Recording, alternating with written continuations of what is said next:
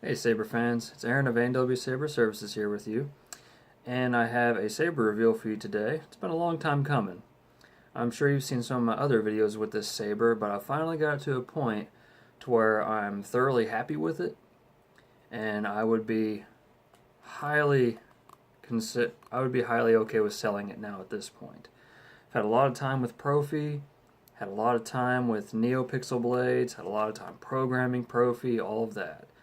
So I've fully reinstalled this with a power on indicator, and the main switch is above the power on indicator. Auxiliary switch on the back side.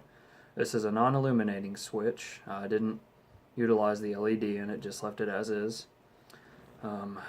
Neopixel setup, blade plug, neopixel of course. And this has a Goth 3 Designs chassis. And also MHS V2, so it's very slim. Choke point, got a ton of grip. Goth redesigned chassis was designed by Saber Royale.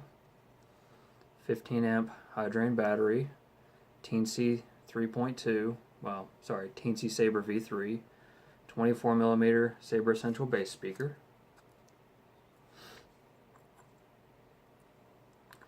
It's a very tight fit, a very good fit. Well, without further ado, I'm not afraid. You will be. You will be. this is The Light by K-Sith.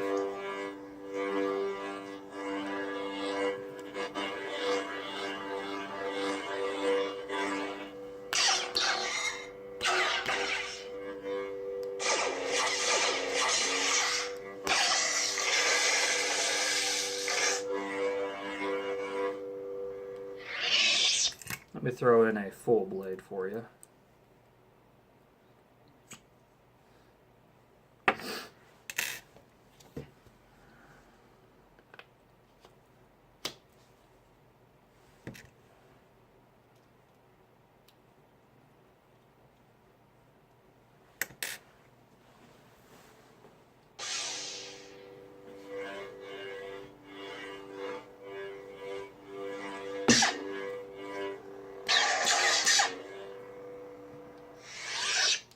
Vader.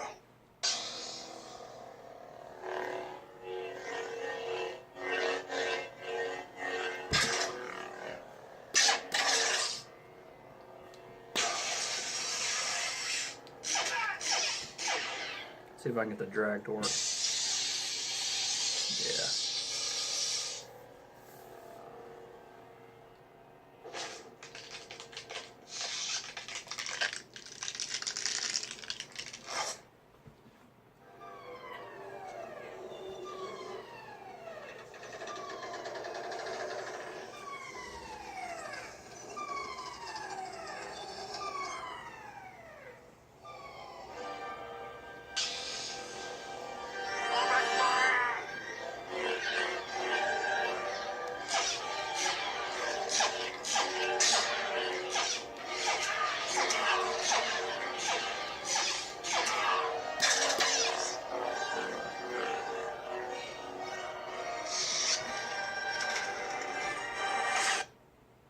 This is General Kenobi. This is General Vengeance.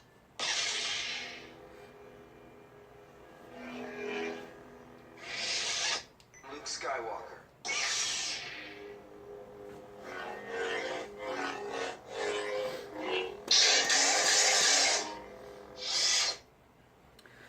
So as you can see, it has my typical Proffie board Teensy Saber setup. All the same blade styles.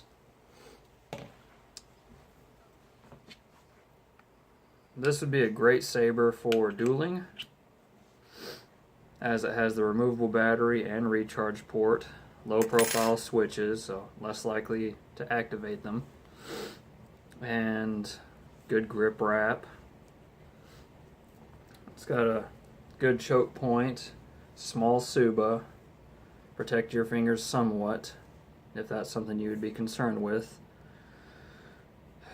I know that's a beefy kill switch, but the color of it just matched so well, and it covers up the recharge port completely, so I just kind of went with it, and whoever I sell it to will probably get it as well.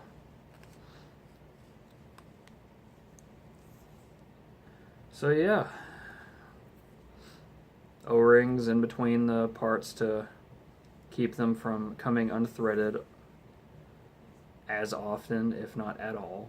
That's just an accent O-ring. There's no functionality, just makes it look better. I didn't put O-rings right here because it's not really necessary. Those little connectors like that, they lock in very well. Like, I have to really try to get those off in order to get them off. There are a few nicks and blemishes along it. You'll see there's a little scratch right there. There's a couple other small scratches along it, like on that connector. A couple little nicks here and there. This tip I weathered with birchwood Casey birchwood. I always get that mixed up, but that's their aluminum black.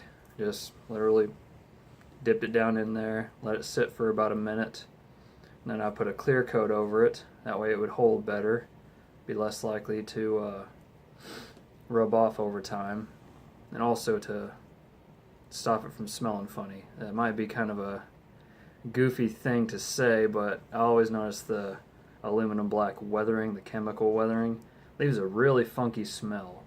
Like, I have a Vader's Vault Saber here with me currently that has weathering on it, and it's like, you handle it and you're like, what the hell? Okay, there's aluminum black. But yeah, I wanted to give it kind of that charred look from where it's been ignited and retracted so many times, or possibly, locked up near the base too close and it started kind of heat treating the aluminum a little bit to where it's almost black. Well, it is black, but you know what I'm saying. Anyways, this is going to be one of my Saber reveals. I think I got 5 more that I'm making videos on today. So yeah, hope you enjoyed this first one, and may the Force be with you always.